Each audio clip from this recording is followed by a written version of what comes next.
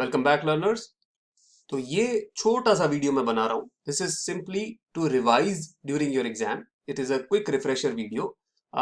अगर आपने in depth इससे पहले वाले वीडियोस देखे हैं तो ये वीडियो आपको देखने की कोई जरूरत नहीं है, बट अगर आपके पास लास्ट मिनट आप एग्जाम प्रिपेयर कर रहे हैं और आपको अभी तक हम लोगों ने कॉन्ट्रैक्ट एक्ट जो पढ़ा है, जिसमें mainly what is contract, what is agreement, what is offer, promise, ये सब आपको चीजें अगर रिवाइज करनी हो और एसेंशियल एलिमेंट्स और टाइप्स ऑफ कॉन्ट्रैक्ट अगर रिवाइज करने एग्जाम के लिए, तो ये वीडियो के अंदर आप क्विकली रिवाइज कर सकते हैं।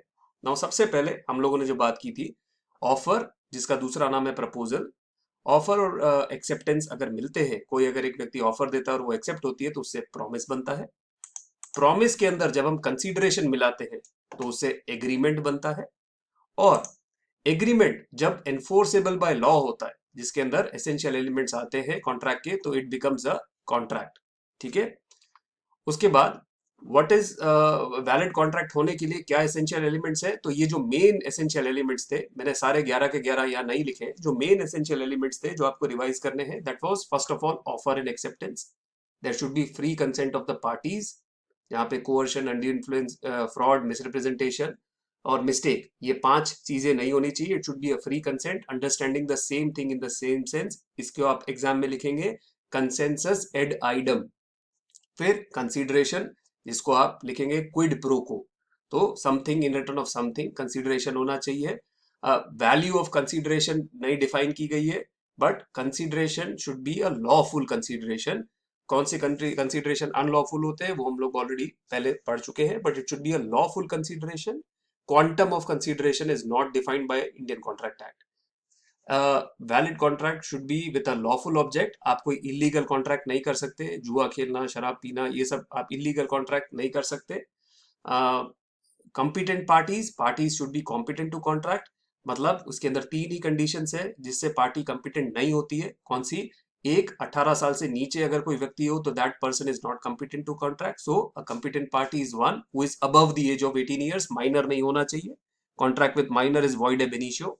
Then secondly, party should be in a proper state of mind, मतलब उसको एकदम सूझबूझ के साथ कॉन्ट्रैक्ट करे। वो ड्रंक नहीं होना चाहिए, under the influence of any drugs और सब्सटेंस नहीं होना चाहिए, या फिर पागल, इंसेन, लुनेटिक, ये नहीं होना चाहिए। ठीक है। और तीसरी जो डिस्क्वालिफिकेशन है, that should be that a person otherwise declared incompetent by law. For example, कोई इंसॉल्वेंट हुआ, एनिमी स्टेट हुआ, ये सब के साथ आप कॉन्ट्रैक्ट नहीं कर सकते। और लास्ट जो थी, that was intention to create a legal obligation. आपका इंटेंशन क्या था एग्रीमेंट करने का? अगर आप किसी दोस्त के घर पे खाना खाने जा रहे हैं तो it the intention is a social obligation. वहीं पे अगर आप किसी रेस्टोरेंट में खाना खाने जा रहे हैं तो it is intention of a commercial obligation. तो इन सब एलिमेंट से वैलिड कॉन्ट्रैक्ट बनता है। एक और चीज रिवाइज कर लेते हैं, that was the types of contract. On the basis of validity there are 4 types. Valid contract जो नॉर्मल आपका कॉन्ट्रैक्ट होता है, वॉइड कॉन्ट्रैक्ट जो सिरे से वॉइड है और या फिर आगे चल के वॉइड बन जाता है, तो it becomes void from the day it starts becoming void. फिर वॉइडेबल, मतलब कोई कोवर्जन या अनड्यू इन्फ्लुएंस या मिस्टेक से, सॉरी फ्रॉड से कोई अगर कॉन्ट्रैक्ट बनता है जिसके अंदर एक पार्टी के ऑप्शन पे वो कॉन्ट्रैक्ट वॉइड हो सकता है, तो it is a voidable contract. Unenforceable contract, मतलब कि जो हम लोगों ने अनएनफोर्सेबल, एक सेकेंड, जो कॉन्ट्रैक्ट नॉर्मली उसके अंदर सारे एसेंशियल एलिमेंट्स है बट किसी टेक्निकल पॉइंट के कारण वो इन्फोर्स नहीं किया जा रहा है। फिर उसके बाद आता है on the basis of performance, तो executed contract and executory contract. Executed में ध्यान रखिएगा, अगर एक पार्टी ने भी अगर अपना रोल कंप्लीट कर दिया है then it is an executed contract. On the basis of creation और फॉर्मेशन, तो एक्सप्रेस कॉन्ट्रैक्ट, जहां पे आप बोल के एक्सप्रेस करके कॉन्ट्रैक्ट करते हैं, लिख के या बोल के। फिर आता है इम्प्लाइड कॉन्ट्रैक्ट, अगर आप किसी बस में बैठ रहे हैं या किसी रेस्टोरेंट में खाना खाने जा रहे हैं तो there is an implied contract. आप अगर एक बार्बर की चेयर पे जाके बैठ जाते हैं तो ऑब्वियसली आप वहां पे बाल कटवाने आए हैं, तो it is an implied contract.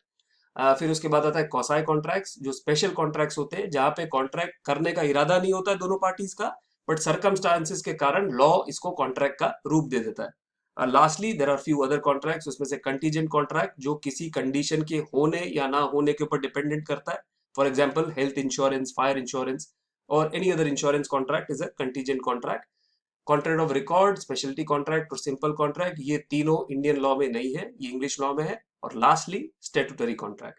So I hope this helps you in the exam, and please click on the next video to continue learning. And अगर आपने अभी तक मेरा चैनल सब्सक्राइब नहीं किया है तो प्लीज कर दीजिए। कुछ नहीं होता है उससे, कोई पैसे वैसे मुझे नहीं मिलते, बट एक थोड़ा सा ईगो बूस्ट होता है। लाइक बटन दबा देंगे तो अच्छा लगता है कि लर्नर्स है जो मेरे स्टूडेंट्स हैं वो लाइक कर रहे हैं। तो है कुछ नहीं, I mean like I am not, मुझे भी पता है इससे कुछ होना जाना नहीं है, बट थोड़ा सा ईगो बूस्ट हो जाता है। तो इतना बोल रहा हूँ, इतना पढ़ा रहा हूँ, तो थोड़ा सा मेरे को भी ईगो बूस्ट करवा दीजिए। Thank you, keep learning with the grumpy professor.